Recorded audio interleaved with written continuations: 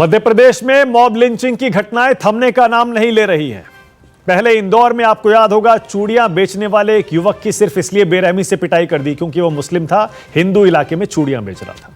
अब उज्जैन का एक वीडियो वायरल हुआ है। वायरल वीडियो में एक कबाड़ी वाले को जबरन जय श्री राम का नारा लगाने के लिए मजबूर किया जा रहा है। सबसे पहले वो वीडियो देखिए, एक नहीं चार घटनाएं हैं। पहले वो वीडियो देखिए। एक कबाड़ी वाले को मजबूर किया जा रहा है कि वो जय श्री राम का नारा लगाए। साफ देख रहे हैं, घेरते हैं कबाड़ी वाले को कुछ युवक, उससे कहते हैं गांव में तुम लोग कैसे घुसे, उसका सामान फेंकते हैं। कबाड़ी वाला भाईचारे की दुहाई दे रहा है। लाख मना करने के बाद भी इस शख्स को अपनी जान बचाने की खातिर जय श्री राम का नारा लगाना पड़ा। देखिए, जय श्री राम बोलने में क्या है? बोलना नहीं, किसकी इजाजत है? तुम अगर हिंदू को नहीं चाहते हो, हमारा भैया तुम नहीं जानते, जय श्री राम, जय श्री राम बोलने में क्या है? बोलना नहीं। ये देखिए, जय श्री राम बोलने में क्या है? किसकी इजाजत है? रीवा में भी क्रूरता से पिटाई का वीडियो सामने आया। यहाँ बैटरी चोरी के शक में कुछ लोगों ने एक युवक की बेल्ट से पिटाई कर दी, बेरहमी से। वो वीडियो भी आपको दिखाता हूँ, ये देखिए। इस पर शक था इसने बैटरी चोरी की और उसके बाद देखिए कैसे कुछ लोगों ने घेर के इसे बेल्ट से मारा। युवक रो रहा था, जमीन पर लेटा हुआ है, चिल्ला रहा है, जान की गुहार लगा रहा है, छोड़ दो। लेकिन आरोपियों का दिल नहीं पसीजा। आरोपी उसे लगातार पीटते रहे, उसके पेट पर चढ़कर उसे मारा। भीड़ जुट गई, कोई बचाने नहीं आ रहा। सब तमाशा देख रहे हैं, वीडियो बना रहे हैं। ये शनिवार दोपहर का वीडियो। पुलिस ने इसके बाद 2 आरोपियों को इस मामले में गिरफ्तार कर लिया है। अब देखिए एक और वीडियो जो कि नीमच का है, यह भी सुर्खियां बना रहा है। यहां कुछ लोगों ने एक युवक को तालिबानी सजा दी। सबसे ज्यादा रोंगटे खड़े कर देने वाला यह वीडियो जरा देखिए। इसे पिकअप ट्रक से बांधकर घसीटा जा रहा है, ये देखिए जरा। आप सोच सकते हैं हिंदुस्तान में यह हो रहा है।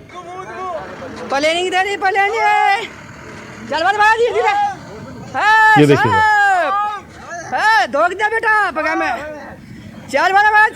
ये तालिबानी सोच और तालिबानी कुकर्म नहीं है तो और क्या है। इंसान को टेम्पो से रस्सी से बांधकर सड़क पर घसीट रहा है। बता दूं, इस शख्स की मौत हो चुकी है। आदिवासी युवक बताते हैं कि कोई एक छोटी सी टक्कर हो गई थी, पहले इसको फिर बाइक से बांधकर घसीटा गया, ऐसा बताया जाता है। उसके बाद टेम्पो से। ये 26 अगस्त का वीडियो है, शनिवार को वायरल हुआ। पुलिस ने इस मामले में कार्रवाई शुरू कर दी है। 8 आरोपियों की पहचान की गई है, 5 को गिरफ्तार कर लिया गया। पुलिस अब पूछताछ कर रही है इन लोगों से कि इन्होंने ऐसा क्यों किया। बताते हैं कि खुद आरोपियों ने पुलिस को खबर दी थी कि एक चोर पकड़ा गया है और वो घायल है। बाद में जब वीडियो वायरल हुआ तब पता चला कि इन्हीं आरोपियों ने इस चोर का यह हाल किया। देखिए, ये हिंदुस्तान लग रहा है आपको? आपको याद होगा रक्षाबंधन के दिन इंदौर में चूड़ी वाले की पिटाई का वीडियो भी वायरल हुआ था। इसमें एक मुस्लिम चूड़ी वाला था, मुस्लिम था। ये देखिए जरा, ये वीडियो पुराना है। पहली नजर में ऐसा लगता है मानो ये तस्वीर, ये जो वीडियो आप देख रहे हैं, ये मैंने पहले भी दिखाया था। इस पर हमने राष्ट्र की बात में बहस भी की थी। चूड़ी वाला हिंदू इलाके में चूड़ियां बेच रहा था। आरोप इस पर यह लगाया गया कि इसने अपना नाम छुपाया, हिंदू बनकर चूड़ियां बेच रहा था। 2 इसके पास से फर्जी आधार कार्ड भी मिले, यह भी बताया गया था। उसके बाद भी काफी सियासत हुई थी, उस पर भी हमने बहस की थी। अब इसी मामले में, चूड़ी वाले मामले में, गृह मंत्री नरोत्तम मिश्रा का बड़ा बयान सामने आया है। वो कह रहे हैं इंदौर में सांप्रदायिक सौहार्द बिगाड़ने की कोशिश करने का आरोपी अल्तमस खान पाकिस्तान से जुड़ा हुआ है। नरोत्तम मिश्रा कह रहे हैं अल्तमास खान के पास से कई आपत्तिजनक सामग्रियां मिली हैं जिनसे शांति व्यवस्था को खतरा था।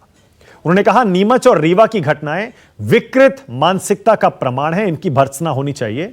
लेकिन जो इंदौर की घटना के बारे में गृह मंत्री कह रहे हैं, वो ये कह रहे हैं कि चूड़ी वाले की पिटाई के विरोध में जिन लोगों ने पुलिस थाने का घेराव किया था, उनमें से एक AIMIM असदुद्दीन ओवैसी की पार्टी का सदस्य था, अल्तमस खान, और उसके तार पाकिस्तान से जुड़े हुए, पाकिस्तानी साजिश है। जरा सुनिए गृह मंत्री को।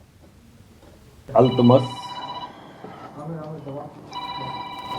जिसने वो जो चूड़ी वाली घटना के बाद में थाने का घेराव किया था,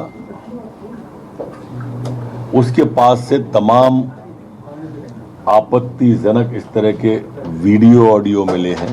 उसके तार पाकिस्तान से जुड़े होने, व्हाट्सएप ग्रुप और फेसबुक ग्रुप पे भी जुड़े होने के चीजें बरामद हुई। 4 लोग उसमें गिरफ्तार किए हैं 153 में, और उन 4 से लगातार अभी पूछताछ जारी है। इससे पहले जब चूड़ीवाले की पिटाई हुई थी तब भी मध्य प्रदेश के 2 मंत्री यही कह रहे थे कि इसके पास से 2 फर्जी आधार कार्ड मिले हैं, जांच होनी चाहिए। लेकिन मध्य प्रदेश में ये घटनाएं एक के बाद एक क्यों आ रही हैं? राष्ट्र की बात में इसीलिए मेरा आज का सवाल आपकी टीवी स्क्रीन पर आ रहा है। इंसान को पीटा, घसीटा, जबरदस्ती जय श्री राम बुलवाया। देश में ये तालिबान कहां से आया और लिंचिंग की लड़ाई आखिर पाकिस्तान पर क्यों आई? राष्ट्र की बात में मेरे साथ बीजेपी से आज राज्यसभा सांसद जफर इस्लाम जुड़ रहे हैं, कांग्रेस से गुरदीप सप्पल मेरे साथ आज जुड़ रहे हैं, मेरे साथ AIMIM असदुद्दीन ओवैसी की पार्टी से वारिस पठान जुड़ रहे हैं, संगीत रागी हैं, दिल्ली यूनिवर्सिटी के प्रोफेसर हैं और राजनीतिक विश्लेषक हैं, RSS के विचारक हैं, और मेरे साथ तस्लीम रहमानी साहब भी जुड़ रहे हैं, मुस्लिम स्कॉलर हैं। अक्सर आप देखते हैं उनको न्यूज़ 24 पर राष्ट्र की बात में। इन सबसे बहस करूंगा मैं, लेकिन पहले मध्य प्रदेश के मंत्री विश्वास सारंग मेरे साथ लाइव जुड़ गए हैं। विश्वास सारंग जी, सुन पा रहे हैं, देख पा रहे हैं आप मुझे, सुन पा रहे हैं? जी मानिक भाई, मुझे आपकी आवाज आ रही है मानिक भाई। ओके, आपको मेरी आवाज तो आ रही है, लेकिन आपको उस शख्स की चीखें भी सुनाई दी विश्वास सारंग जिसको घसीटा जा रहा था? उस शख्स की भी चीखें आपको सुनाई दी जिसको पीटा जा रहा था, जिससे जय श्री राम बुलवाया जा रहा था जबरदस्ती? उन सब की चीखें आप तक पहुंची? नहीं, मुझे गलती हो गई, मैंने ये बोल दिया कि आपकी आवाज आ रही है मेरे को। मुझे आश्चर्य है आपने कहां से कहां बात को जोड़ दिया। देखिए मानक भाई, मैं फिर निवेदन करूंगा, आपके चैनल को मैं पहले भी कह चुका हूं कि हमारी सरकार ने तुरंत प्रभाव से जो भी ऐसी घटनाएं की जानकारी मिली हमने कार्रवाई की। गृह मंत्री जी का बयान एकदम स्पष्ट है। नीमच और रीवा की घटनाएं और उज्जैन और इंदौर की घटनाओं को हमें एक साथ रखकर नहीं देखना चाहिए। मैं फिर निवेदन कर रहा हूं, नीमच की घटना जो हुई बहुत ही भर्त्सना लायक घटना है, उसकी जितनी निंदा की जाए वो गलत है। ये इस तरह की घटनाएं होना निश्चित रूप से समाज की विकृत मानसिकता का परिचायक है, और मैं यहां निवेदन करना चाहता हूं कि हमारी सरकार ने तुरंत प्रभाव से, जैसे ही हमें ये वीडियो मिला, हमने तुरंत कार्रवाई की। और कार्रवाई केवल ये नहीं की कि जो दोषी हैं उनको हमने जेल भेजा, उन पर केस तो लगा ही, उसके साथ ही उनकी जो भी अचल संपत्ति थी उसको जमींदोज कर दिया गया। ऐसी मानसिकता को भी कुचलने का काम और ऐसी मानसिकता वाले लोगों को आर्थिक रूप से और सामाजिक रूप से भी कुचलने का काम किया। जहां एक और उनको बंद किया, उसके साथ ही ऐसी मानसिकता वालों को यह भी संदेश दिया कि मध्य प्रदेश में ये कुछ नहीं चलेगा। जहां तक आप कह रहे हैं, मुझे बड़ा आश्चर्य होता है कि आपने सीधे ये कह दिया कि ये तालिबानी मानसिकता है। मुझे लगता है ये कहीं अति नहीं है, हम ये अतिरेक करके नहीं बोल रहे हैं। ये तालिबानी मानसिकता नहीं है विश्वास सारंग भाई, हो जाती हैं। ये तालिबानी मानसिकता नहीं है। किसी को रस्सी से बांधकर टेम्पो से घसीटा जाता है, ये तालिबानी मानसिकता नहीं है। मुझे आप यदि पूरा कह देने देंगे तो मुझे लगेगा मैं ठीक से अपनी बात कह पाऊंगा। मुझे लगता है कि हम इस घटना की जरूर निंदा करें, जरूर निंदा करनी चाहिए। जो घसीटा गया बिल्कुल कहीं भी अक्षम्य है, कहीं भी उसको कोई शेल्टर देने की, संरक्षण देने की बात नहीं है। पर मैं ये कहूंगा कि क्या आप मध्य प्रदेश को तालिबानी मानसिकता कह रहे हैं, तो क्या आप 8 करोड़ जनता का उपहास नहीं उड़ा रहे? नहीं, के साथ मैं मध्य प्रदेश को तालिबान से नहीं जोड़ रहा हूं। मैं इस घटना को, इस सोच को, जिन लोगों ने उस शख्स को टेम्पो से बांधकर घसीटा, विश्वास सारंग, मेरा दिल आज बहुत दुखी है। हिंदुस्तान में ये कैसे हो सकता है? मेरी आपत्ति है किसी भी शख्स को बांधकर टेम्पो से घसीट, उसकी मौत हो चुकी है। मानिक भाई आपका जितना दिल दुखी है उतना मेरा भी दिल दुखी होगा। परंतु मुझे लगता है कि हम एक घटना से आप पूरी मध्य प्रदेश को ही तालिबानी सोच बोल रहे हो। मैंने मध्य प्रदेश को तालिबानी सोच वाला नहीं कहा, मैंने कहा जो घटनाएं हुई हैं ये तालिबानी सोच वाले लोगों ने की है। कौन ऐसे पीटता है बेरहमी से, कौन घसीटता है, बताइए मुझे। मुझे नहीं लगता है कि हमें इसको तालिबान से जोड़ना चाहिए। तो क्या सोच है आप ही बता दीजिए। अच्छा आप ही बता दीजिए कौन सी सोच है। यदि समाज में कोई व्यक्ति ने गलत किया है तो हम उसको तालिबान से कैसे जोड़ सकते हैं? उसको सजा मिलनी चाहिए। और जहां तक आप बात कर रहे हैं पाकिस्तान जिंदाबाद के नारे लगते हैं, आप उसको शेल्टर देने की बात कर रहे हैं। मैं फिर कहना चाहता हूं उज्जैन की घटना और इंदौर की घटना को आप नीमच की घटना से मत जोड़िए। देखिए स्थितियां अलग है, हमें ये जरूर देखना पड़ेगा कि इंदौर और उज्जैन की घटना सीरीज में क्यों हुई है और सबसे पहले वो कांग्रेस के सोशल मीडिया अकाउंट से वायरल क्यों होती है। हिंदुस्तान को तोड़ने वाली, हिंदुस्तान में वर्ग संघर्ष कराने वाली, हिंदुस्तान में जात को जात से लड़ाने वाली, हिंदुस्तान में धर्म को धर्म से लड़ाने वाली न्यूज़ सबसे पहले कांग्रेस के कांग्रेस के हैंडल से आए या कहीं से भी आए, अगर वीडियो गलत है तो आप कहिए, वीडियो सच है तो उस पर आपको जवाब देना पड़ेगा। और मैं कोई मध्य प्रदेश के लोगों या मध्य प्रदेश के नाम पर सवाल नहीं उठा रहा हूं। मैं कह रहा हूं आपके यहां ये बार बार ये घटनाएं क्यों बढ़ती जा रही हैं, क्या वजह है? ये चूड़ी वाले को पीट देते हैं पहले कि हिंदू इलाके में क्यों चला गया, उसके बाद देखिए कबाड़ी वाले से जय श्री राम बुलवाया जा रहा है। जय श्री राम बोलो, क्यों बोलो भाई जय श्री राम। मुस्लिम से जय श्री राम क्यों बुलवाया जा रहा है जबरदस्ती। मेरा निवेदन यही है, आप थोड़ा सा पीछे जाएंगे, 3-4 दिन, एक हफ्ता पहले जाएंगे, एक वीडियो आता है जिसमें मुस्लिम एक धार्मिक कार्यक्रम में कुछ लोग पाकिस्तान जिंदाबाद के नारे लगाते हैं, उनके खिलाफ देशद्रोह का मुकदमा दर्ज होता है। 3 दिन बाद दिव्य ज्ञानी दिग्विजय सिंह जी एक वीडियो वायरल करते हैं और वो ही कहते हैं कि वहां पाकिस्तान जिंदाबाद के नारे नहीं लगे, वहां काजी साहब जिंदाबाद के नारे लगे।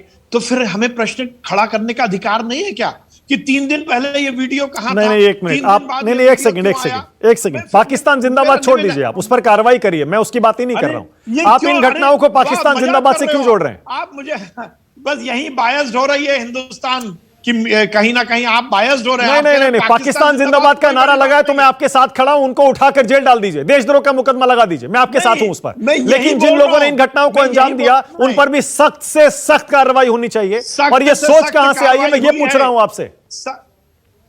नहीं, सख्त से सख्त कार्रवाई हुई है। इन लोगों की हिम्मत क्यों बढ़ रही है? विश्वास सारंग जी, अच्छा ओके, शिवराज जी कहते हैं कि अपराधी को ठोक दूंगा, वो बिल्कुल योगी जी की भाषा बोलते हैं और बहुत बढ़िया बोलते हैं। अपराधियों को बिल्कुल इसी तरह की भाषा समझ में आनी चाहिए। लेकिन विश्वास सारंग जी, शिवराज जी के इस तरह की चेतावनी देने के बावजूद अपराधी आपके यहां क्या कर रहे हैं देख रहे हैं आप? दिन दहाड़े कबाड़ी से बोल रहे हैं बोल जय श्री राम, मुस्लिम है वो, बोल जय श्री राम, फिर एक को पीट रहे हैं, धड़ाधड़ पीट रहे हैं, एक को घसीट रहे हैं टेम्पो से बांध के। मुझे अच्छा लगेगा एक वीडियो तो मैंने दिखाया नहीं, इंदौर का एक और वीडियो है विश्वास सारंग जी, जिसमें एक खोमचे वाला है, उसके खोमचे के नीचे नाम लिखा है सांवरिया, उससे कह रहे हैं ये नाम हटाओ, अब मुझे सांवरिया का नाम हटा दो।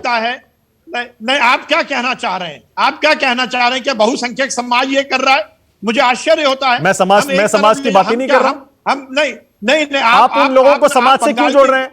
नहीं, मेरा निवेदन है मानिक भाई, आपने क्या बंगाल में जिस प्रकार से एक वर्ग विशेष के खिलाफ कार्रवाई कर रहा है, क्या आपने राष्ट्र के नाम वो वाला कार्यक्रम में उसको जगह दी क्या? बिल्कुल किया। आप तो मेरा शो देखते हैं, आपको तो पता है हम किसी को नहीं छोड़ते। यहाँ राष्ट्र की बात होती है, बीजेपी, कांग्रेस, टीएमसी, एसपी कुछ नहीं होता, और किसी राज्य में कोई भी घटना होती है जरूर मुद्दा उठता है। आज कटघरे में आप हैं, आपकी सरकार है, और मध्य प्रदेश के लोगों पर यह सवाल नहीं है, ये उन लोगों पर सवाल है जिन लोगों ने इस तरह की घटनाओं को अंजाम दिया। मैं पूछ रहा हूं, इनमें इतनी हिम्मत कहां से आई? विश्वास सारंग जी, इतनी हिम्मत क्यों आई?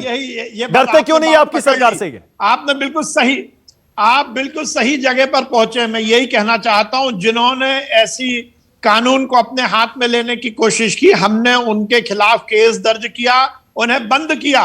मैं यही निवेदन, तो बार बार क्यों हो रहा है? आप मुझे लगा इंदौर, देखिए पूरी वस्तु स्थिति को नहीं देख रहे हैं। इंदौर में जब चूड़ी वाले को पीटा गया, आपने निवेदन नहीं सुन रहे। मैं कह रहा हूं, इंदौर में जब चूड़ी वाले को पीटा गया, आपने चूड़ी वाले पर भी केस कर दिया और आरोपियों पर भी केस कर दिया।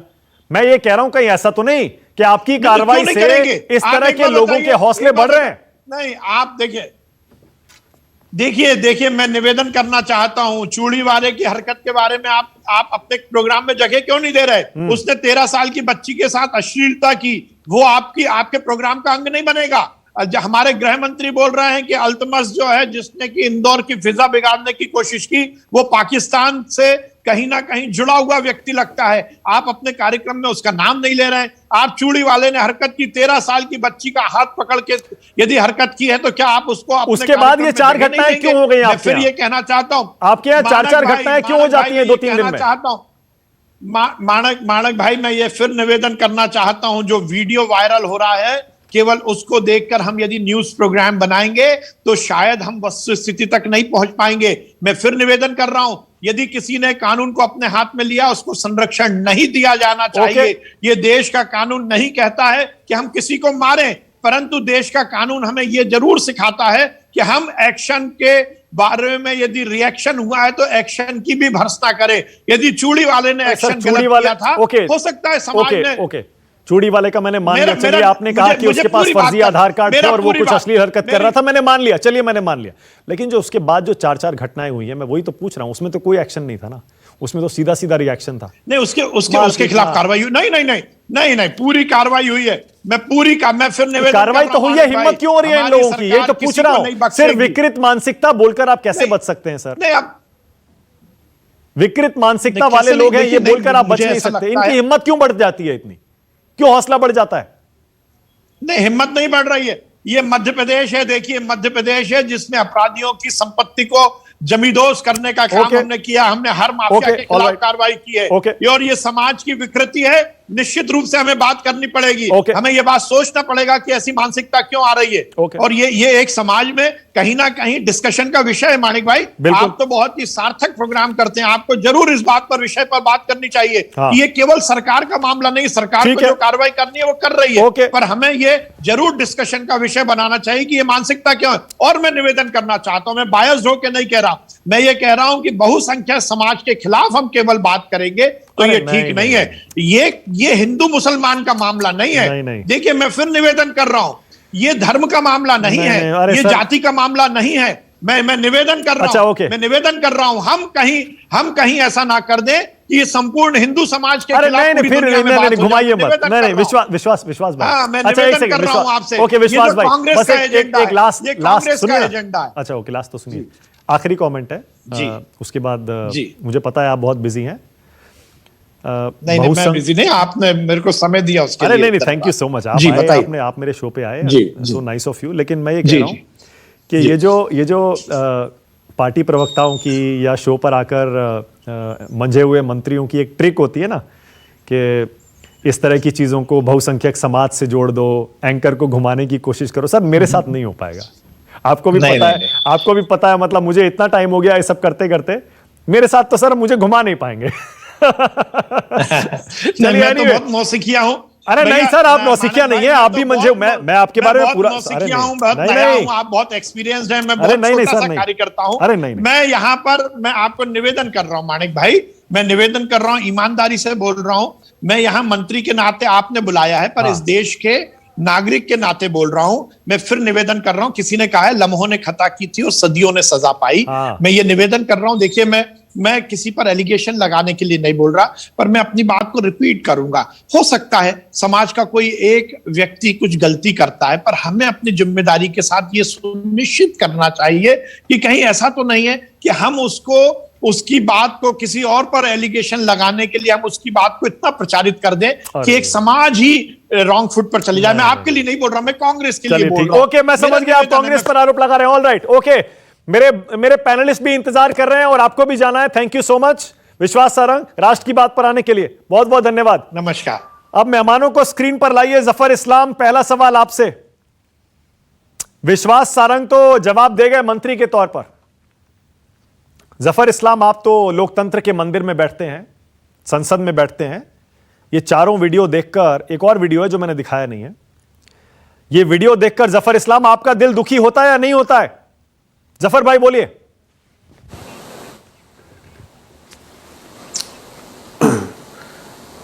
क्यों नहीं दुखी होगा? इंसान हूं, इंसानियत है तो दुख तो होगा ही दिल में। कैसी बात पूछ रहे हैं आप? जिस इंसान को दुख नहीं होगा वो इंसान नहीं, हैवान है। रोंगटे खड़े हो जाते हैं ऐसे। अगर किसी कोई अपना हो, अपने को अगर कोई भी आदमी हो, उसके अपने को अगर ऐसा दिख जाए, उससे पूछिए उसके दिलों में क्या दर्द होती है। तो ये कहना सही नहीं है कि मुझे दर्द नहीं होता, जाहिर है दर्द होता है।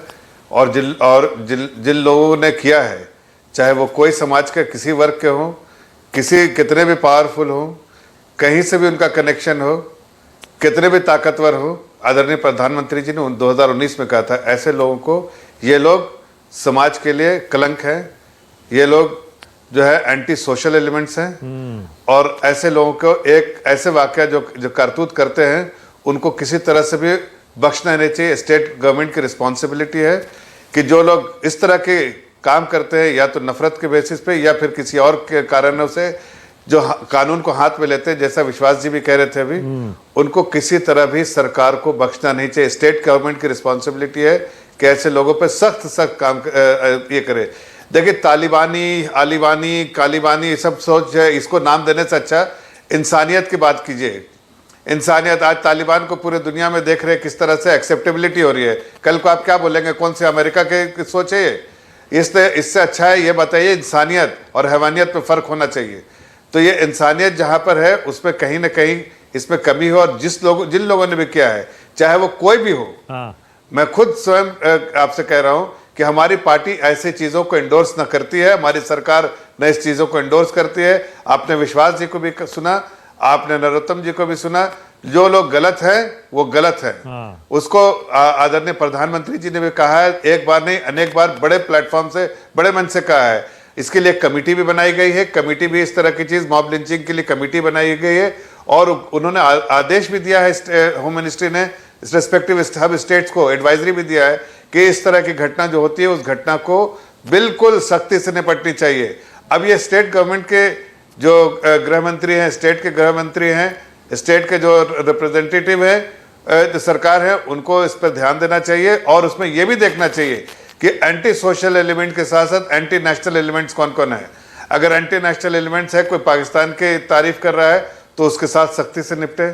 कोई एंटी सोशल एलिमेंट जो किसी इंसान को इंसानियत से के बजाय बर्बरियत से ये कर रहा है, उसके लिए जो कानूनी कार्रवाई करना चाहिए। और उसी तरह से कार्रवाई हो भी रही है हमारी सरकार द्वारा। तो ये इसको कोई और कलर ना देके, इसको आप इसी तरह से कलर दीजिए। मैं समझ गया। गुरदीप सप्पल और वारिस पठान, आप दोनों पर आरोप लगा रहे हैं। पहले विश्वास सारंग, उसके बाद अभी जफर इस्लाम। पहले गुरदीप सप्पल, आप कांग्रेस की तरफ से इस मुद्दे को बेवजह उठाया जा रहा है, बेवजह रंग दिया जा रहा है। गुरदीप सप्पल, जफर इस्लाम कह रहे हैं ये तालिबानी वालिबानी नाम मत दीजिए और इसमें पॉलिटिक्स करना बंद करिए। गुरदीप सप्पल। मानव जी, बीजेपी ने पिछले कुछ सालों से सिर्फ नफरत की, और आज भी जब सारंग साहब आए तो वो बैकफुट पे थे, वो डिफेंड कर रहे थे, लेकिन नफरत को खाद पानी देकर गए। उन्होंने मुद्दे पे नहीं बोला। उन्होंने क्या बोला, 4 गलत बातें साथ में प्लांट करने की कोशिश की आपके प्रोग्राम के तहत। अगर इस देश के किसी भी व्यक्ति पे, चाहे वो गरीब हो या अमीर हो, चाहे वो मुस्लिम हो या हिंदू हो, वो ट्राइबल हो या जनरल हो, अगर इस तरह की उन पे अत्याचार होगा तो क्या किसी भी राजनीतिक दल को हाथ पे हाथ धर के बैठना चाहिए या जनता के साथ खड़ा होना चाहिए? ये कौन सी नई थ्योरी आ रही है कि जो पॉलिटिकल पार्टीज हैं वो किसी मुसीबत में किसी के साथ खड़े नहीं हो, वो किसी अत्याचार का मुकाबला नहीं करें, वो कोई बात नहीं करें? बीजेपी चाहती है कि इनकी नफरत की खेती को खुला मैदान मिल जाए, खुला खेत मिले जिसमें इनकी फसल लहलाए। सवाल ये नहीं है तालिबानी सोच। आज जन्माष्टमी का दिन है मानव जी। जन्माष्टमी कंस के अत्याचार से भी जुड़ा है। श्री कृष्ण, भगवान श्री कृष्ण का जन्म कंस के अत्याचार को खत्म करने के लिए भी हुआ था। उस वक्त तो मुसलमान नहीं थे, उस वक्त तो ईसाई नहीं थे, पारसी नहीं थे, सिख नहीं थे, बौद्ध नहीं थे, जैन नहीं थे। सिर्फ जो समाज था वो हिंदू समाज था भारत के अंदर। लेकिन अत्याचार तब भी था, रावण तब भी था, कंस तब भी था, दुर्योधन तब भी था। तो बात अत्याचार की है। और अगर बीजेपी इस बात को नहीं समझती है और हर बात मुंह से करेंगे राम राज्य की। राम राज्य ये नहीं है। राम राज्य था जो गांधी जी ने देखा था, जिसमें सबको बराबर की जगह दी गई थी। ये कहा गया था, आज राहुल गांधी ने क्या बोला है, यही बोला है ना आर्टिकल 15, जब बराबरी है, आप किसी भी जात में पैदा होते हो, आप किसी भी धर्म को मानते हो, आपका वंश कोई भी हो, आप अमीर हो गरीब हो, बराबरी हो, इस पे बीजेपी बात नहीं करेगी। बीजेपी आज बता दे जफर साहब, क्या बीजेपी बराबरी की बात करती है? आज कहां से ढूंढ के लाए कि जी पाकिस्तान के नारे लगे और कांग्रेस के हैंडल से वीडियो वायरल हुए। मैं आपके प्रोग्राम में मैं ऑन रिकॉर्ड ये बोलता हूं कि पहले वहां के दो पत्रकार जो 2 राष्ट्रीय टीवी चैनल से जुड़े हैं, मैं नाम भी ले सकता हूं, अनुराग अमिताभ और ब्रजेश राजपूत, उन्होंने ट्वीट किए थे। और वो ट्वीट हुए तो ना सिर्फ कांग्रेस बल्कि देश का हर व्यक्ति ना, इस पर मैं आपके साथ हूं। हाँ हाँ, इस पर मैं बिल्कुल आपके साथ हूं। ये वीडियो कोई भी ट्वीट करे, कहीं से भी आए, अगर वीडियो सही है तो कोई दिक्कत नहीं है। हाँ। हर व्यक्ति, ना सिर्फ कांग्रेस, हर व्यक्ति ने उस वीडियो को देखकर उसका मन भराया। बिल्कुल सिर्फ बीजेपी का मन नहीं भरा, उनका दिमाग ये चला कि अब इसको कहां घुमाया जाए, कहां घुमाया जाए। वारिस पठान, उसके बाद आ रहा हूं संगीत रागी और तस्लीम रहमानी, क्योंकि वारिस पठान पर सीधा आरोप लगाया विश्वास सारंग ने भी और जफर इस्लाम ने भी। वारिस पठान, आपकी पार्टी के कार्यकर्ता, एक बात, हाँ, आपकी पार्टी के कार्यकर्ता वारिस पठान, दूसरे राउंड में आता हूं गुरदीप, उसके बाद लौट के आता हूं। वारिस पठान, आपकी पार्टी के कार्यकर्ता आग में घी डाल रहे थे, पाकिस्तान से तार जुड़े हुए हैं, आप जबरदस्ती दंगा फैलाना चाहते हैं मध्य प्रदेश में और बाकी जगह। सरासर गलत बात है मानक जी। मोदी, बजरंग दल, विश्व हिंदू परिषद और ये हिंदुत्व के गुंडों ने मिलकर पूरा हमारे देश में एक नफरत का माहौल पैदा कर दिया है। आप पिछले 10-15 दिन से अगर देखेंगे मानक जी, तो हमारे देश में क्या हो रहा है, कहीं चूड़ी वाला एक जगह पर जाके चूड़ी बेच रहा होता है, उसको पकड़ के मारा जाता है और बाद में उसी पे इल्जाम लगाता है कि ये 13 साल की एक बच्ची को छेड़ रहा था। एक ऑटो रिक्शा ड्राइवर कानपुर के अंदर जा रहा होता है, उसको पकड़ के मारा जाता है, JSR बोल, जय श्री राम बोल, उसकी 8 साल की बच्ची बिलक बिलक के रोती है कि मेरे बाप को मत मारो, बेकसूर है, उसको मारते, बाद में उस पर इल्जाम लगाते हैं कि धर्म परिवर्तन करने आया था। एक लड़के को ट्रक से खींच के घसीट कर लेके जाया जाता है, उसको मार डाला जाता है, वो मर जाता है। तो मानक जी, हमारा देश ये किस दिशा में जा रहा है? एक डोसे वाला अगर डोसा बेच रहा है तो उसको मारा जा रहा है, जय श्री राम बोले तो मारेंगे। और ये खत्म नहीं होती बात, ये लोग खुद वीडियो बनाते हैं, ये खुद वीडियो बना के ये हिंदुत्ववादी के गुंडे चलाते हैं देश के अंदर, दिखाने के लिए कि देखो अगर हमारी बात नहीं मानोगे तो इसी तरह से मॉब लिंचिंग तुम्हारी कर दी जाएगी, तुमको इसी तरह से मार डाला जाएगा। अभी जफर साहब यहां बैठे हैं, बोल रहे कि मोदी जी ने 2019 में कहा था कि हम इसके ऊपर कानून लाएंगे। अरे मैं कहता हूं झूठ बोल रहे हैं जफर साहब और मोदी जी दोनों, जबकि सुप्रीम कोर्ट ने इनको कहा कि आप मॉब लिंचिंग के ऊपर एक सख्त कायदा बनाइए। किस चीज ने रोका है इनको बनाने के लिए? ये नहीं बनाना चाहते, क्योंकि मोदी खुद चाहते कि इस तरह की घटनाएं होती रहे, हिंदुत्व गुंडे इस तरह से बेकसूर बेगुनाह मुसलमानों को रोज मारते जाए और उनका पॉलिटिकल पोलराइजेशन का खेल चलता रहे।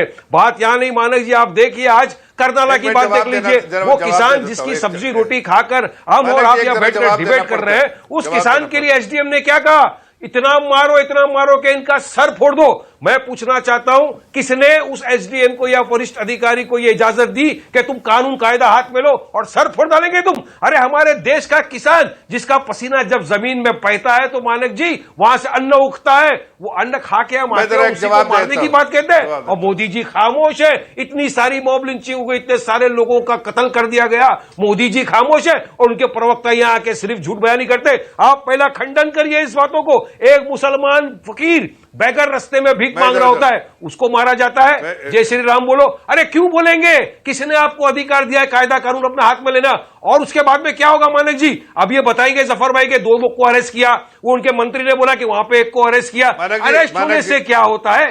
अरेस्ट करके उनको ले जाएंगे कोर्ट में, कोर्ट से जमानत पे बाहर आएंगे तो जफर साहब और इनके मंत्री जाएंगे मिठाई का डब्बा लेकर, फूलों की माला लेकर उनका इस्तेकबाल करेंगे। जो कातिल जेल से बेल पर आएंगे उनका, तो उनका और हौसला बुलंद होगा, उनको अच्छी अच्छी पदे दी जाएगी, उनको हीरो बना दिया जाएगा। अरे आप हीरो बनाते, मैं समझ गया आपका आरोप क्या है, मैं समझ गया आपका आरोप क्या है, मैं आपका आरोप समझ। जफर भाई एक सेकंड, तस्लीम रहमानी और संगीत रागी के पास मैं नहीं जा पाया हूं। तस्लीम रहमानी और संगीत रागी, पहले संगीत रागी उसके बाद रहमानी साहब, और वो इसलिए 10 सेकंड जफर भाई एक सेकंड बस, दूसरे राउंड में आ रहा हूं लौट के, दूसरे राउंड में लौट के मानक जी लौट के आ रहा हूं। दो मेहमान बोले नहीं है बिल्कुल। अरे 10 सेकंड जरा मैं जवाब दे दूं। अच्छा बोलिए आप बोलिए जफर भाई। मैं तो सिर्फ इनको याद दिलाना चाहता हूं कि ये कांग्रेस के प्रवक्ता और जो AMIM के प्रवक्ता हैं, उन्होंने इतिहास पढ़ा है कि नहीं? आज इस तरह की इतना भड़काऊ बात कर रहे हैं। पठान से ज्यादा पढ़ा है, पठान साहब को इतिहास जानते हैं। हमने वो इतिहास पढ़ा है जिसमें वायलेंस नहीं था, आज जो इतिहास देख रहे हो बहुत ज्यादा वायलेंस है।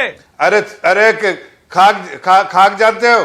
आप पठान, कौन सा इतिहास आप पढ़े? कुछ नहीं जानते हैं। देखा है जरा हमने। रिकॉर्ड दिखाइए जलियांवाला बाग का इतिहास कल का देखा और अरे सुन जलियांवाला लीजिए, बाग का पहले सुनिए, इतिहास का अरे देखा। सुनिए पहले पठान, अरे पठान साहब सुन लीजिए, आप जरा 2011 2014 से पहले 2014 से पहले 2000 आप जैसे लोग जो है इस देश को बताइए, ये इतिहास आप पढ़ाना चाहते हो हमारे देश नहीं, में? देश में आप जो इस तरह की हरकत करवा रहे हैं, देश में नफरत की राजनीति फैलाने का। नहीं, आप बताइए, सुनिए, मैं पूछता हूँ एक सवाल। जफर भाई, ये देखिए मानक जी, मैं एक सवाल पूछता हूँ, इनको देखिए किस तरह से मैं पूछता हूँ। देखिए दो बातें सवाल करता हूँ। पहली बात कि जब देखिए ये पूरी बातें हुई 2014 से पहले के ट्रैक रिकॉर्ड को देख लीजिए, सारे क्राइम में दिख जाता है कितनी मॉब लिंचिंग हुई, इनके उस वक्त क्या मुंह सिले हुए थे। दूसरी बात, जब आप देखिए तालिबान पे जब यह भी सब सारे पार्टियों की मीटिंग हो रही थी, सबने सपोर्ट किया, एक ओवैसी बाहर निकल के इस तरह की नफरत फैलाने वाली काम किया, नफरत फैलाने वाला काम किया। तस्लीम रहमानी संगीत रागी, तस्लीम रहमानी संगीत रागी, रहमानी साहब पहले आप, रहमानी साहब, जो वारिस पठान कह रहे हैं, आप सहमत हैं क्या कि बीजेपी जानबूझ के घटनाएं करवाकर और इनका वीडियो फैलाती है? बात करूंगा। हाँ बोलिए।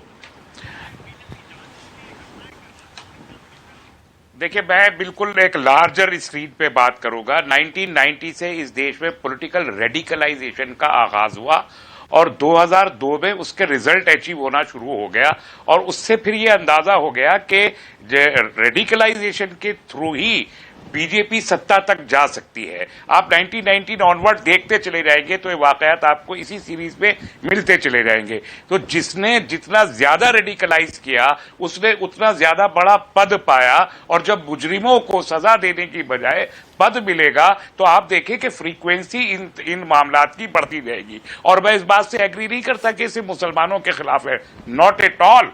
मुझे मालूम है कि मॉब लिंचिंग, आप जफर भाई कह रहे हैं 2014 से पहले, फ्रीक्वेंसी देखिए 2014 से पहले और 2015 में आरिफ के जो कोहिमा में लिंचिंग हुई थी तब से लेके अब तक मोर देन 600 वाकयात हुए हैं, 600, और वो मुसलमानों के नहीं है।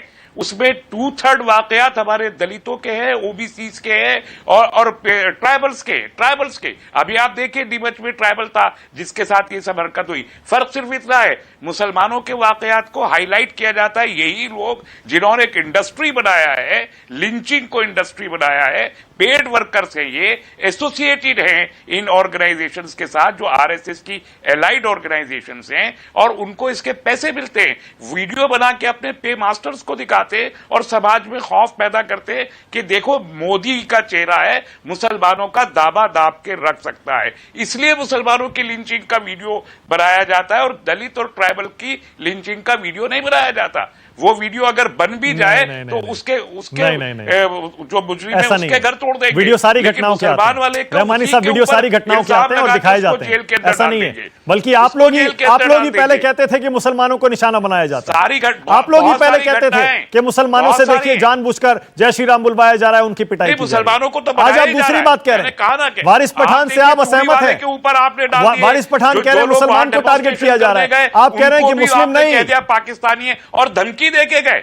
सारंग जी धमकी देके गए हैं कि अगर आपने बहुशंसक को आपने का नाम लिया तो देश में हंगामा हो जाएगा। यही बात इनके गवर्नर साहब कहते थे, हिंदू राष्ट्र लाने के लिए खून का दरिया बहाना पड़ेगा। संगीत रागी वहां त्रिपुरा के गवर्नर साहब, संगीत रागी सुनिए आपने, आरएसएस, बीजेपी और सारे हिंदूवादी संगठन जानबूझकर ये करते हैं ताकि देश में ये मैसेज दे सके हिंदुओं को भी मुस्लिमों को भी कि मुसलमानों को दाब कर कोई रख सकता है, जैसे रहमानी साहब कह रहे हैं, तो वो मोदी है, जानबूझकर होता है। देखिए मानक जी, पश्चिम बंगाल के विधानसभा चुनाव के पश्चात जो बांग्लादेशी मुसलमान थे और तृणमूल कांग्रेस के जो काडर थे, उन्होंने लगभग 50 हिंदुओं की हत्या की। 75 अनुसूचित जाति के महिलाओं के साथ इन्होंने बलात्कार किए। हजारों जगहों पर दंगे हुए, नंगा नाच हुआ, लेकिन कभी भी आपने उसको तालिबानी मानसिकता नहीं कहा। देखिए तालिबान लिस्ट मांग लीजिए जरा इनसे, प्लीज लिस्ट मांग लीजिए इनसे, जो विक्टिम है उनकी और जिन लोगों ने किया उनकी लिस्ट दे दें। ये स्वीपिंग स्टेटमेंट मत दीजिए, स्वीपिंग स्टेटमेंट मत दीजिए। Okay, one by one only संगीत रागी, एक एक करके। हाँ बोलिए संगीत रागी, बोलिए। ये बदतमीजी हाँ बोलिए, मैंने किसी को बीच में नहीं हाँ बोलिए बोला है। बोलिए। दूसरी बात, तालिबान एक इस्लाम की व्याख्या है, सुन्नी देवबंदी इस्लाम की व्याख्या है, जो काफिरों के लिए मौत की सजा घोषित करती है। यह एक कुरान की व्याख्या है। इसलिए आप कृपया करके हिंदू समाज को और उस हिंदू समाज के अंदर एक व्यक्ति के द्वारा किए हुए अपराध को इस्लाम से के लोग भी तो यही कर रहे हैं, बजरंग दल के लोग भी यही कर रहे हैं। इस दुनिया में रेडिकलाइजेशन तब हुआ जब इस्लाम बजरंग दल वालों के लिए मुसलमान काफिर है, क्योंकि इस्लाम के साथ ही मानवता कराह उठी। इस्लाम ने पूरे तलवार के बल पर मक्का से लेकर के सीरिया से लेकर के अपने तलवार के बल पर रक्तपात किया, और भारत के अंदर भी जिहाद आज भी जारी है। भारत के अंदर जिहाद का ये सब हम उसका इंतजाम ले रहे हैं क्या? देखिए ये है तो ओके संगीत रागी से मेरा सवाल, ओनली संगीत रागी, अभी संगीत रागी की बात पूरी नहीं हुई है। I am not at finish. मानक जी तस्लीम रहमानी ने 1990 इसलिए कहा क्योंकि तब राम मंदिर का आंदोलन शुरू हुआ था। मैं इसके जवाब में यह कहना चाहता हूं कि इस देश में इस्लामी आतंकवाद पिछले 1000 साल से जारी है। बाबर और अहमद शाह अब्दाली ये सारे गुंडे और सारे वही मवाली इस्लाम के आतंकवादी थे, लेकिन किसी भी तस्लीम रहमानी और बाबर और एक कांग्रेसी के वंशजों को हिम्मत नहीं है कि उनके बारे में व्याख्या करे। ये कह करके बोले कि कुरान क्या ये व्याख्या नहीं देती है कि काफिरों की हत्या करो। संगीत रागी 1 सेकंड, संगीत रागी 1 सेकंड, संगीत रागी आप भी वही कर रहे हैं, आप भी वही कर रहे हैं, आप मुद्दे को भटकाने की कोशिश कर रहे हैं। मेरा आज सवाल ये नहीं है, आज सवाल ये है संगीत रागी, अच्छा ठीक है ओके, मुझे पता है रीजन बता रहे हैं, रेडिकलाइजेशन संगीत रागी बिल्कुल गलत काम कर रहे हैं। नहीं मानक गुप्ता आप बिल्कुल गलत काम कर रहे हैं। एक व्यक्ति एक कोई अपराध करता है उसको आप तालिबान ये जो रेडिकलाइजेशन की बात करें मानक जी, तो उनको बताइए ना सारे वीडियो के। संगीत रागी अच्छा ठीक है ओके, एक सेकंड रुकेगा संगीत रागी, एक सेकंड, वीडियो फिर से दिखाता हूं मैं। जब एक आदिवासी शख्स को नीमच में टेम्पो से बांधकर घसीटा गया, मैं वीडियो दिखाता हूं। संगीत रागी आप देखिए वो वीडियो और आप मुझे बताइए कौन सी सोच है ये, आप मुझे बता दीजिए ये कौन सी सोच है, बताइए।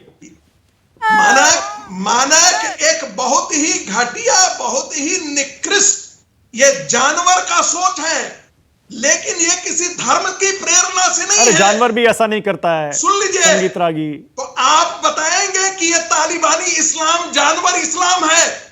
आप कहेंगे इस चैनल पर कि तालिबान, अरे इस देश तालिबान की तो सारी हरकतों की निंदा हर कोई करता है, खुलकर करता है, कौन डरता है? ये कौन सी सोच है, मुझे ये बता दीजिए। मुसलमान आकर के निंदा नहीं करता है तालिबानों को, उनको लगता है कि ये बहुत बड़े एक इस्लाम की विजय है अफगानिस्तान के अंदर। तस्लीम रहमानी जवाब दे रहे हैं जल्दी से, उसके बाद आगे जा रहा हूं। तस्लीम रहमानी बोलिए, रहमानी साहब बोलिए, ये तालिबानी सोच नहीं है, बोलिए। बेहतर है मोदी जी से कहे तालिबान को टेररिस्ट डिक्लेयर करे। नहीं, मैं ये कहता हूं कि यहाँ पर बैठ के भाषण करने से ज्यादा बेहतर ये है कि राज्यसभा में वो भी बैठे, जफरुल इस्लाम साहब और संगीत रागी भी बैठे। आप जाइए सरकार से कहिए, मोदी जी से कहिए कि तालिबान को टेररिस्ट डिक्लेयर करे, टेररिस्ट डिक्लेयर करे और उनके साथ बैठ के कहीं बातचीत ना करे। जाइए, अरे आप सरकार में बैठे हो, सरकार में बैठे हो, आप सरकार में बैठे हो, जाके उनको कम से कम तो इतना कर सकते हो कि तालिबान को भारत डिक्लेयर करे कि तालिबान टेररिस्ट है, तालिबान आतंकवादी है, कम से कम भारत ही डिक्लेयर कर दे। अब तो कोई कांग्रेसी सरकार में नहीं है, अब तो आप ही सरकार में हो। अरे सरकार में तो आप हो ना, ये हिंदू का राग आपने तो कुछ नहीं होता। सरकार से कहिए मोदी जी डिक्लेयर करें कि तालिबान टेररिस्ट है, करिए, हम साथ खड़े, हम साथ खड़े। मैं चैलेंज करता हूँ, मैं चैलेंज करता हूँ पूरी आरएसएस को, मैं चैलेंज करता हूँ पूरी भारतीय जनता पार्टी को, मैं चैलेंज करता हूँ पूरी भारत की सरकार को। अगर जफर इस्लाम, जफर भाई, तस्लीम रहमानी कह रहे हैं अगर ये तालिबानी सोच नहीं है, कम से कम तालिबान को टेररिस्ट ऑर्गेनाइजेशन घोषित कर दीजिए। आपको चैलेंज दे रहे हैं वो।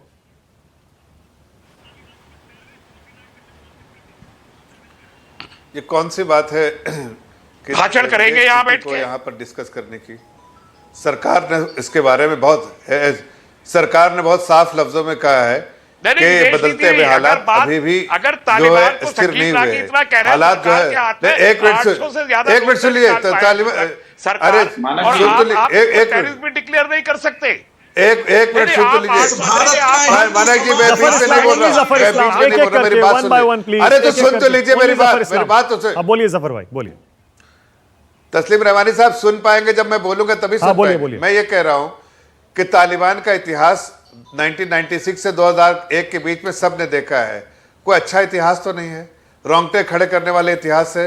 लोगों को रौंद दिया है तालिबान ने। कोई उसके बारे में कोई अच्छी बात आप कह सकते हैं, मैं तो नहीं कह पा सकता हूं एक मुस्लिम होते हुए, इसलिए कि हम जानते हैं कि इस्लाम में कहीं इसका जिक्र नहीं जो तालिबानी करते हैं, इस्लाम के खिलाफ करते हैं, आप भी जानते हैं। लेकिन अगर आज जो है बदलते हुए हालात दुनिया में, अगर इस देश को अपने इंटरेस्ट पे काम करना चाहिए, देश कूटनीति यही होती है कि अपने देश के इंटरेस्ट को जो सेफगार्ड करके कोई भी स्टैंड लेना, कोई भी स्ट्रैटेजी होनी चाहिए। आज जो है बदलते हुए हालात को अभी देख रहा है, सरकार देख रही है कैसे सिचुएशन चेंज हो रहे हैं। आपने कभी सोचा था, अपने ख्वाब में भी नहीं सोचा होगा कि अमेरिका इस तरह से जो है अफगानिस्तान में छोड़ के भागेगा, जैसे उसको मानो कि उसको कभी वो आना ही नहीं था। टेररिज्म को खत्म करने जफर भाई, ऑलराइट, तालिबान आपने तालिबान का जवाब दे दिया, तालिबान का आपने जवाब दे दिया, तालिबान का आपने जवाब दे दिया। लेकिन सवाल ये है, आप पर आरोप ये लग रहा है कि आप जानबूझकर जफर इस्लाम ये करवाते हैं रेडिकलाइजेशन के लिए, पोलराइजेशन के लिए, ताकि वोट मिले आपको। मानक जी देखिए, औरों को भी बोलने का समय चाहिए ना। आ रहा हूं, उसके बाद आ रहा हूं गुरदीप। इंसानियत से बढ़ के कोई चीज नहीं है राजनीति। हम इंसानियत से बढ़ के कोई चीज नहीं, और उस पर हम कोई राजनीति नहीं करते ऐसी हैवानियत पे। ये मैंने कहा ना, एंटी सोशल एलिमेंट्स है, चाहे किसी धर्म के मानने वाले हों, किसी समुदाय के हों, किसी वर्ग के हों, चाहे कोई भी उनके गुरदीप जो भी ऐसा काम करता है वो एंटी सोशल एलिमेंट्स है। और उसके साथ कानूनन कार्रवाई होनी चाहिए। इसको किसी तरह ओके गुरदीप सप्पल उसके खिलाफ जो लेकिन उसको कोई गुरदीप बोलिए, ओनली गुरदीप, वो सही नहीं है। Only Gurdeep supple. हाँ गुरदीप बोलिए। कई सारी बातें आई। पहले तो जो तालिबान के सवाल थे, हमने तो स्पष्ट स्टैंड लिया कि तालिबान एक आतंकवादी संगठन है, उसके साथ कोई बातचीत नहीं हो सकती। लेकिन भारत जो यूनाइटेड नेशन सिक्योरिटी काउंसिल का भी अध्यक्ष है, कल ही जो रेजोल्यूशन पास हुआ उसमें तालिबान का नाम तक भारत ने इंश्योर नहीं किया।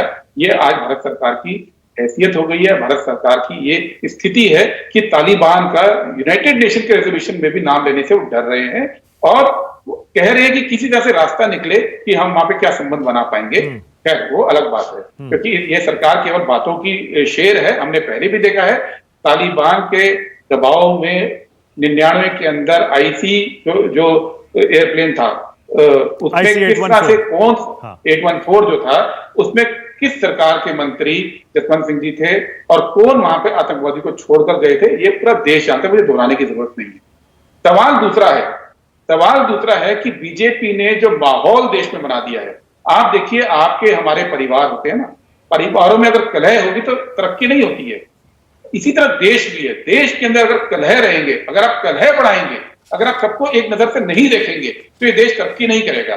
बड़ी मुश्किल से 70 साल में एक मजबूत देश बना था, बहुत मुश्किल से कहां से देश को निकाल के लाए थे। जफर साहब, आप अपने बड़ों से पूछिए कि किस हालात में ये देश था और कैसे इस देश को एक रखा गया, और आप धीरे धीरे नफरत फैला के इस देश की जड़ों में मट्ठा डाल रहे हैं, इस देश की जड़ों को कमजोर कर रहे हैं। संगीत रागी, कोई कमेंट? जो बीजेपी की बात, कोई कमेंट? संगीत रागी, मानक जी, गुरदीप जी कुछ सेकंड और, गुरदीप जी कुछ सेकंड और, रागी जी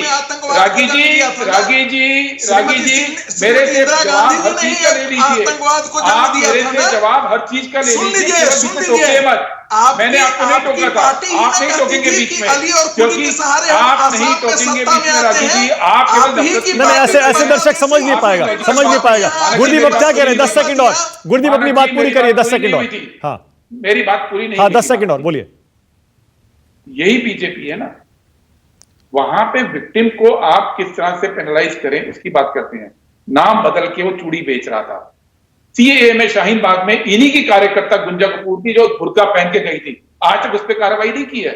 ये वो सरकार है, इसलिए हम कहते हैं। संगीत रागी बोलिए। जो जेएनयू के अंदर कोमल शर्मा डंडा लेके दिखी थी, संगीत रागी, ओनली संगीत रागी। हाँ बोलिए।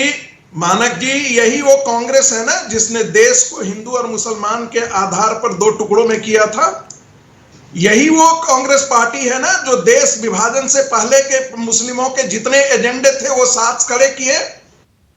आज वही मुस्लिम आबादी जो है वो पश्चिम बंगाल के अंदर आज आकर के घुस करके एक नए पाकिस्तान खड़ा कर रहा है। आज यही बांग्लादेशी घुस करके बांग्लादेशी मुसलमान और कन्वर्जन करके ये आसाम को एक नया पाकिस्तान आज बहस ये हो रही है कि ये सड़कों पर लोगों को क्यों पीटा जा रहा है। आप पश्चिम बंगाल चले गए।